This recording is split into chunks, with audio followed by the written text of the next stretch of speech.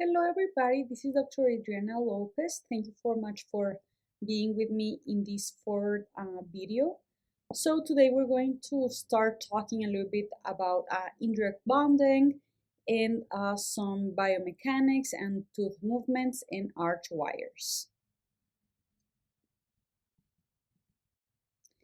And remember, if you see this little white tooth with this question mark next to it, pay special attention to that slide because one or two questions about that topic might come in the exam.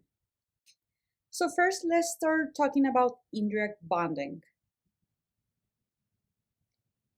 Okay, so conventional bonding, I'm sure you're familiarized with that one, is when we just load the brackets directly into a patient's mouth.